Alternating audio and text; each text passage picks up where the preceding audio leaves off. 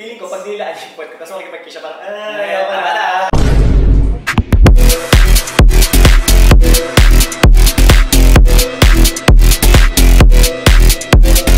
Hi guys! Welcome back to the Gay Realness Podcast where we talk about our gayest experience. I'm Julian, your host. And today we're going to talk about everything. Well, everything. Joke lang. Related about being a bottom. Pero bago ang lahat guys, syempre papakilala na po natin ang guest natin. Magpakilala ka na!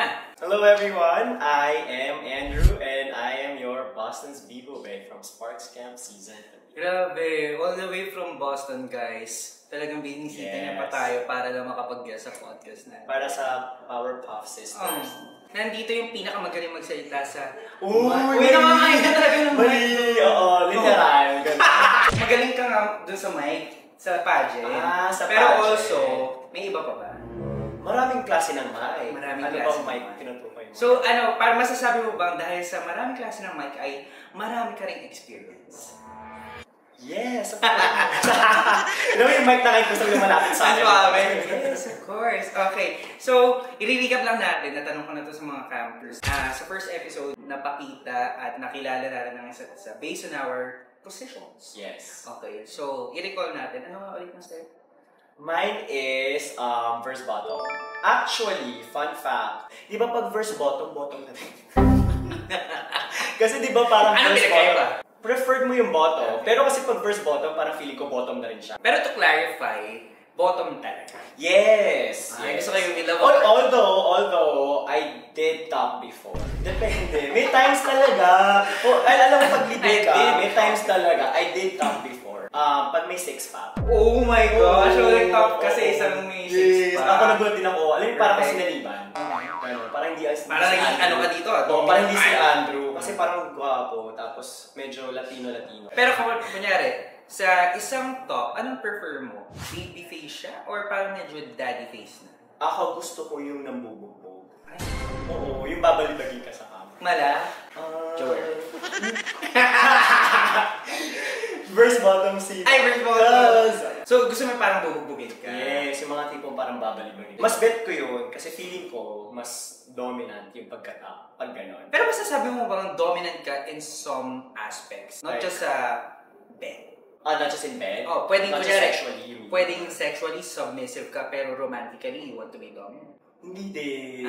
Submissive talaga all the way? Yeah, all the way. Pati yung mga tipong parang bebabyhin, gano'n. So, kunyari may partner ka, gusto mong i-baby ka, princess treatment, ganyan. Not princess type. Yung mga saktuhan lang. Kasi feeling ko... Housewife atake, gano'n. Oo, feeling ko kasi dito, very John Lloyd atake ko. Pero pagpunta ko doon sa States, very independent kasi mga tao. So, pagpunta ko doon, I have to adjust myself na parang hindi sa lahat ng pagkakataon ako yung ginagawa. So, kung gusto mo magpatira ka na. Sabihin mo sa kanila, huwag yun yung paligoy-ligoy na. As ako, gusto mo bang nagpaparin? Oo. Actually, I love the comment. Siyempre, ano ka ba, that's like, I feel like that's one of the pleasures of being a bottom. Although, I think like, I found some people who are tops na gusto rin nire-rin. Yes. May gano'n eh. May mga gano'n ako na-encounter before. Pero, as a bottom, mas prefer ko kay nire-rin. Yes. Pero mentioning that, okay, etong perspective na to, kapag kaya yung time na top ang gustong nire-rin, binibigay mo sa kanila? No. Bakit? No. Kasi, ewan ko, parang feeling ko, kumain ako sa likod gems. Charot!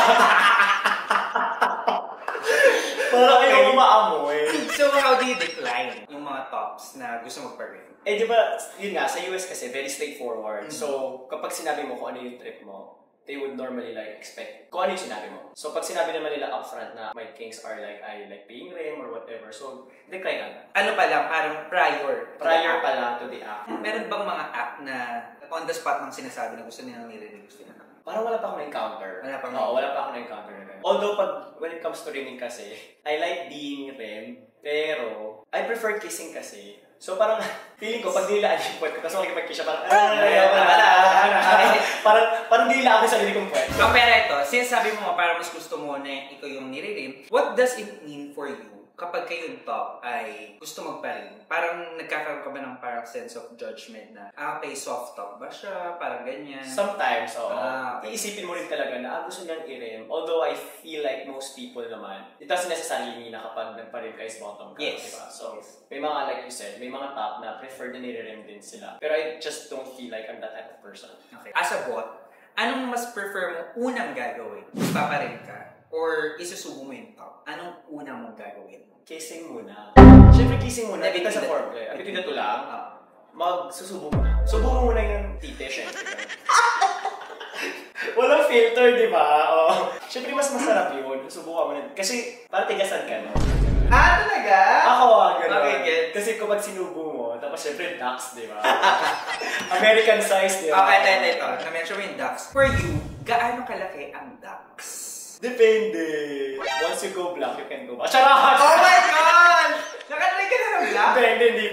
Hindi pa. Never pa. Pero, Aspiring. candidate.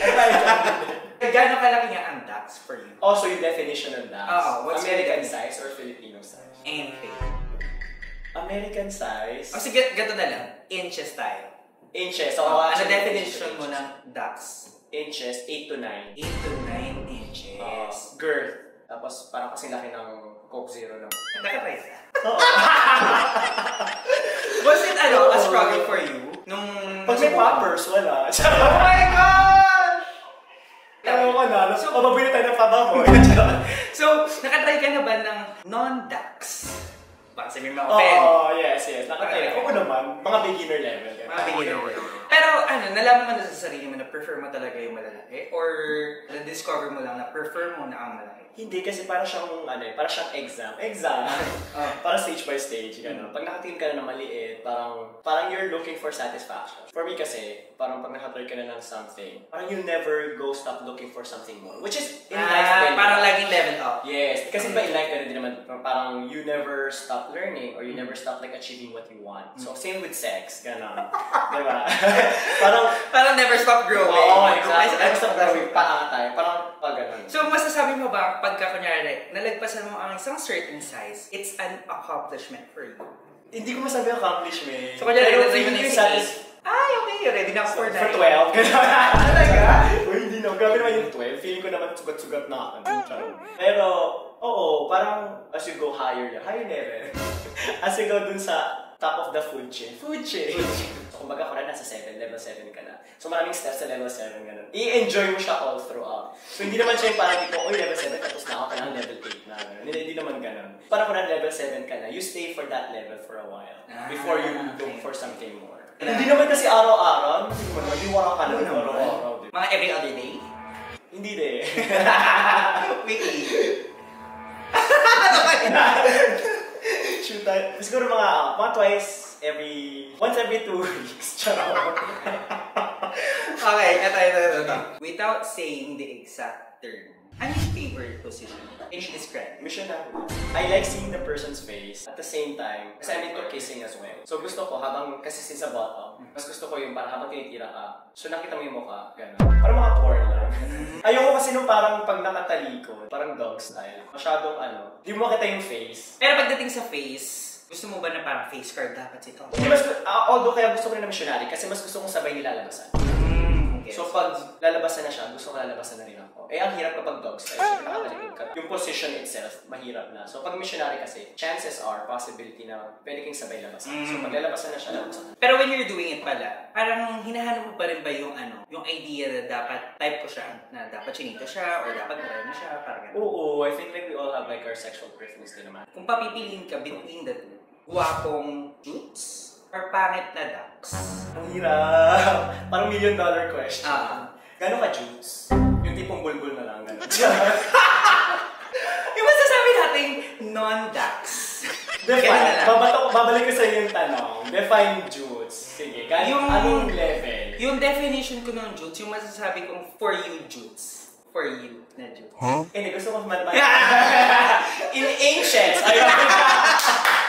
Siguro, babalik ko sa'yo. In inches. Sabihin natin less than 3 inches. Pati hard or soft? Hard. 3 inches hard. Less than 3. Yun ang Pero juice. gwapo. Pero sobrang gwapo. As in gwapo na. Gwapong babalibagin ka. Pero tapos pangit na Dax. Gwapong Judes. Gwapong Judes? Oo. Okay. Kasi at the end of the day, parang mas importante pa rin nalabasan ako kaysa labasan siya.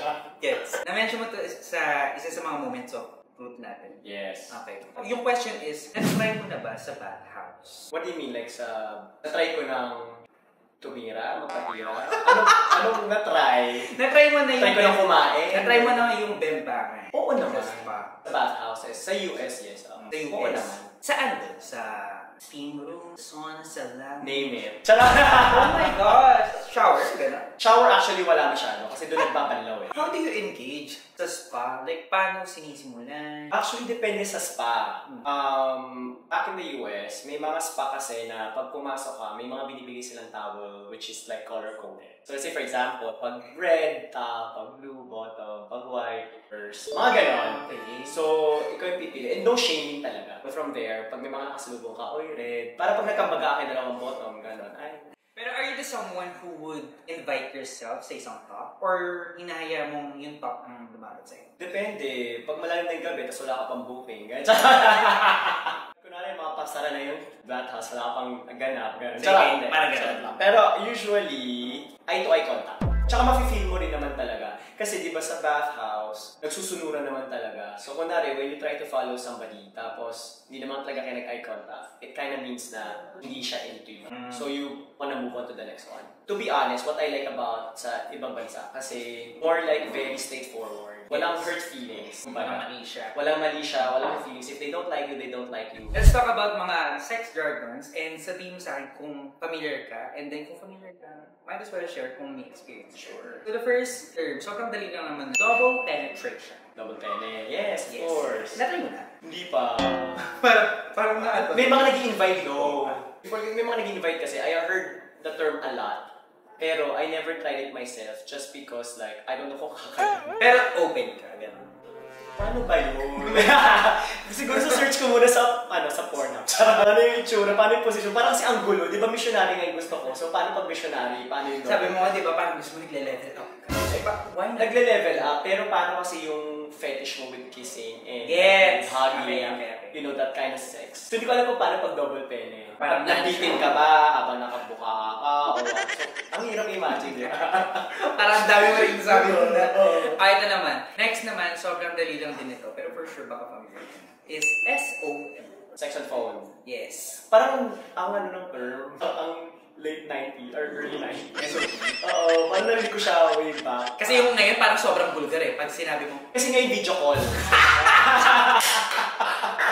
Perfect, alam. Video call ngayon. Okay. Dati kasi Video call. SOP. Okay. Kasi nga wala namang video call before, di ba? Na-try mo na yan? SOP? Yes.